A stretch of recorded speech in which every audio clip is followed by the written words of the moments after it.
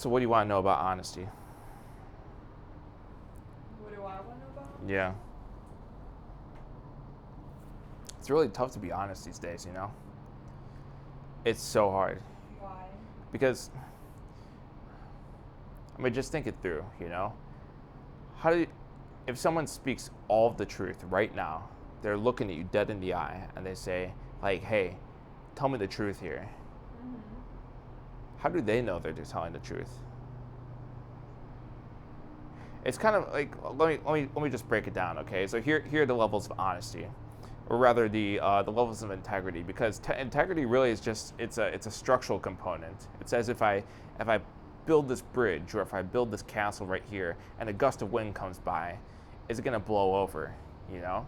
And to what extent is it going to blow over? And that's really the key there. It's not are you being honest or not, is to what degree is there a level of honesty? You know, it's like if I blow over the structure, if a gust of wind comes by and it stays sturdy, it stays, in place, you would say that that structure has great integrity. If it just blew over immediately, you would say the structure has horrible integrity, because it doesn't stand up to life when life presents itself in the full force of its nature, like a hurricane or a tornado or a tsunami. When you look at these things, you can't help but to think like, man, is like, I'm not sure if I believe in God, but if there was a God, it might look something like this, and the full force of the nature is coming at you like that. Reality tends to do that, even in very, very small situations. So what makes something have better integrity so it doesn't get blown over? Because there are still those little areas which, a gust of wind comes by, a wave comes by, and it wobbles. It wobbles a little bit. How do we improve upon that? I mean, first off, is simply just knowing that you have the intention of telling the truth in the first place. Do you believe that you're telling the truth, or are you willfully participating in a lie in that moment? That's an easy one. I think people don't understand integrity. They don't understand what it means to tell the truth, so they get scared of telling the truth. Yeah, they don't know what it means to go tell the truth, and they get scared to go tell the truth. But that fear is just a lack of knowledge. When people don't know what that means, like, that's the only reason for someone to be afraid in the first place is, they feel like that they have something to lose and they might lose it. It's really just a calculation that our emotions go run in our head. It says like, hey, you're going to run into this scary thing. What's the probability that you lose X amount of utils of your life? How close do you get to death by going into this situation? And the brain, one way or another, runs that calculation and it decides, you know what, I'm not going to go do that because there's a threat there. But that threat can manifest itself in the form of not telling the truth and telling a lie. If I willfully participate in telling an active lie, I said that my jacket is white and my shirt is black. When they go say that, and I mean, it seems kind of silly, but that's usually not how lies that are willfully participative turn out to be. These are not how lies turn out to be. How lies turn out to be is,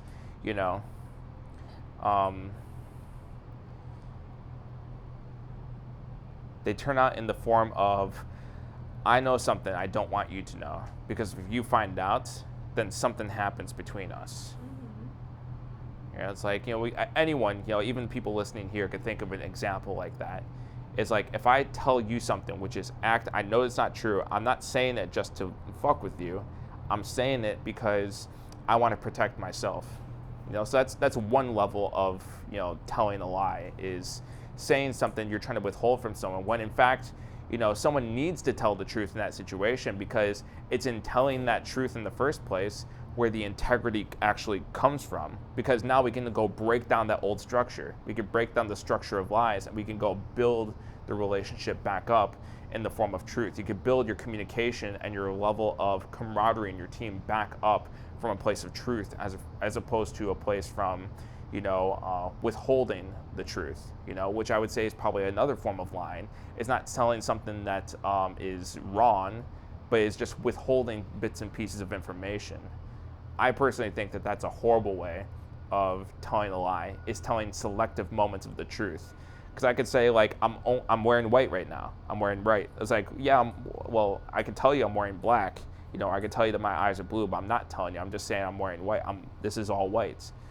There's a level of, You could clearly see that I'm wearing many things, but if you told someone else, yeah, that guy's wearing white, they think he's wearing a white jacket, white pants, white suit, white jacket, but they forgot to mention a very, very core detail.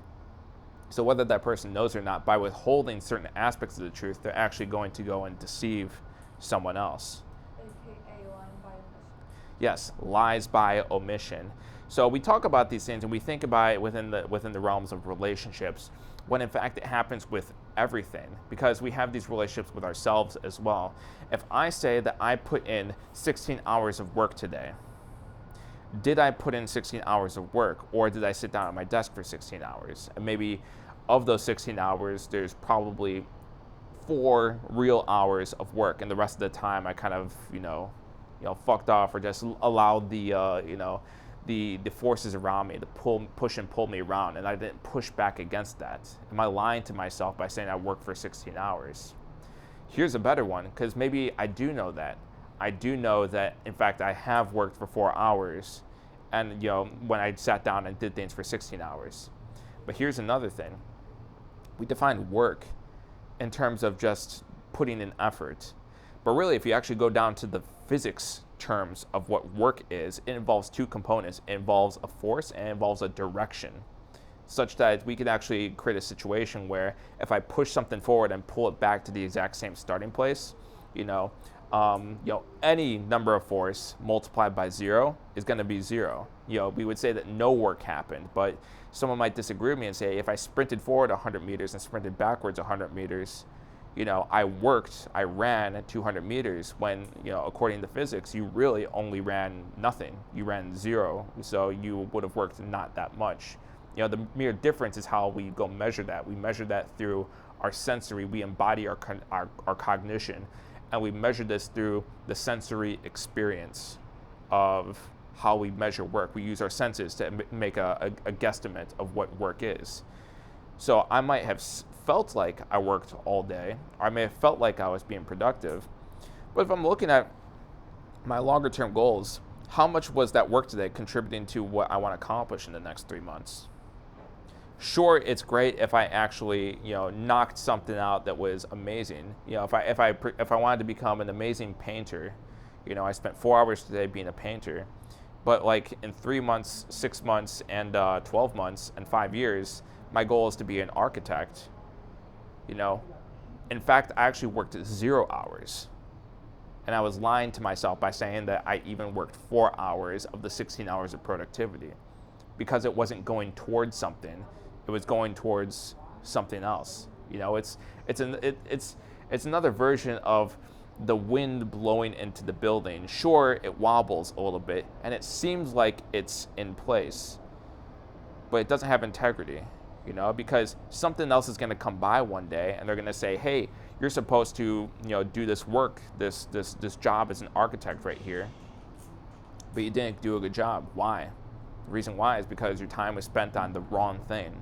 It felt like it was work, but according to where you're going, where your goals are and where your goals are going, you weren't doing anything at all.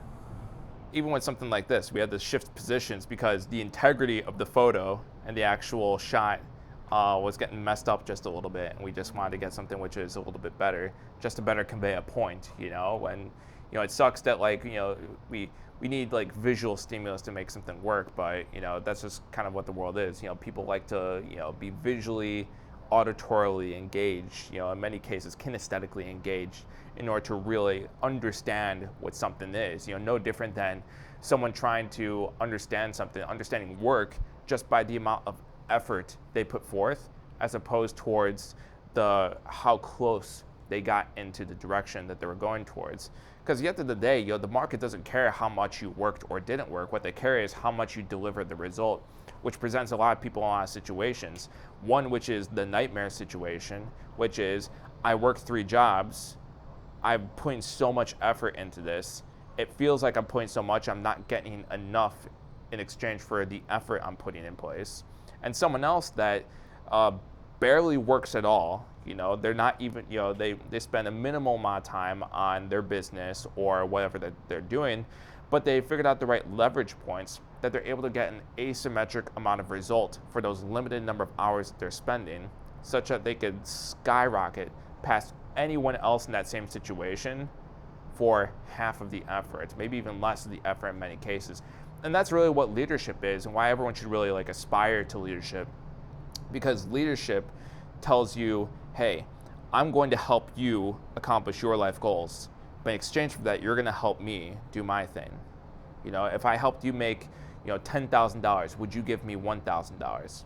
That seems like almost an asymmetric bet, But if I have 20 people that I'm helping make $10,000, yeah, there's $200,000 of value that was created, but I get paid $20,000 for a fraction of the effort that gets put in to create that. That's a pretty good deal. And the more someone scales that out, the more they can actually have more leverage in their time.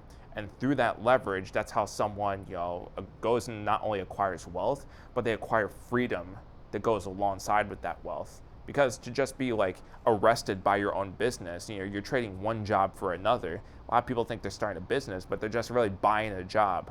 They're purchasing the opportunity to work in a business where they themselves are the salary providers and the salary makers. It's like you should be hiring people. You should be learning how to manage effectively. Put people where they're best at. Put people to do work that they absolutely love doing and pay them a fair price to go do it. And find A-level players and pay them above market to go do that so that they can actually perform at an above market rate. And that saves you a lot of management problems down the line. But back to integrity, you can't go do something like that unless you establish integrity. People really lost the meaning behind ethics and the being ethical. They think it's just something that that the fairies go and do, or all the professors go talk about how it's an important thing to go do. When you are an ethical individual, when you're an ethical person, when you're an ethical leader, what you are declaring to the world is, I am playing a long-term game. I am playing by long-term rules. I want to play, Jordan Peterson talks about this, I want to play the most games possible. And if you want to play the most games possible, where you have the most opportunities to win at those games, you have to play fair. Because the moment one person finds out that you're not playing fair and they go tell everyone else, no one wants to go play with you. No one wants to go transact with you. And that person has to keep moving from new place to new place if they expect to have any level of business or fun or interaction in their life. By definition, they can't have a relationship that lasts more than 5 years. It's really tragic, but that is that's the price that people pay when they don't have integrity, when they don't have honesty. So that really is why it's so important to have that level of honesty and integrity.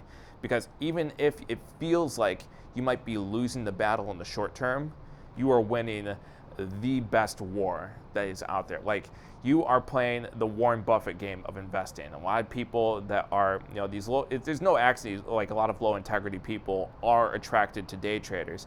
I know a lot of fantastic day traders. My good friend Phil, my younger brother Chris, amazing. They're amazing, and they're really smart, and they're really keen. And it's a very, very tough area to be in, and you're really scraping from a limited pool. If you're able to win it, though, you can make a good amount of money with it. But everyone wins the long-term investment game because they're playing by the market rules. They are bowing down to the sentinels of how to properly invest for the long haul. They are buying high-value companies that are, or rather like long-term sturdy companies with good financials that happen to be undervalued. Like, they consistently do that, and that is why a lot of these people that studied under the greats like Benjamin Graham or David Dodd are multi-billionaires today with a B. And they not only became multi-billionaires like over that time, it's like it all happened back in 2020 when that crazy wealth transfer happened, when the government printed all that money and really injected it back into the American economy. Everyone just bought commodities that went into the businesses that some of these people own, and it just drove the prices up like crazy. And that's how they really became some of the richest people on the planet, and really just spread that gap. That's the advantage. Those are your winnings, okay? You may not think that being an ethical person with good integrity is going to get you anything, but if you could have enough patience and you could see the longer term picture of things, like basically all those people are billionaires. It's kind of ridiculous if you think about it. I think it's also kind of important that people realize that the more integrity they have, the better off everyone is, including themselves. Because you don't have to be playing this fake game. You Yeah. don't have to be putting people in compromising positions. Well, that's the thing, It's like when we, all this in theory is, the theory is, my old professor, I think it was Kahana that said this. Like in theory, it's a great theory, but in practice, it's still a great theory. Once everyone goes out into the world, now we're playing games with other people, and some people decide to cheat. They decide to break from the rules, and someone with high integrity has to make a decision. If this person is no longer playing by the rules, what do I go do now? And that's where things become interesting, and that's why people decide who are otherwise honest, because people aren't, people have to learn how to lie. They have to learn how to deceive and manipulate. Like that's something that came later.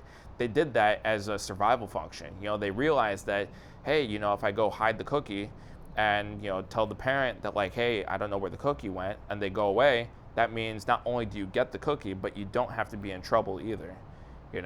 And then if someone just keeps riding that wave, that person, these are the perpetual liars that we see that lie for seemingly no reason.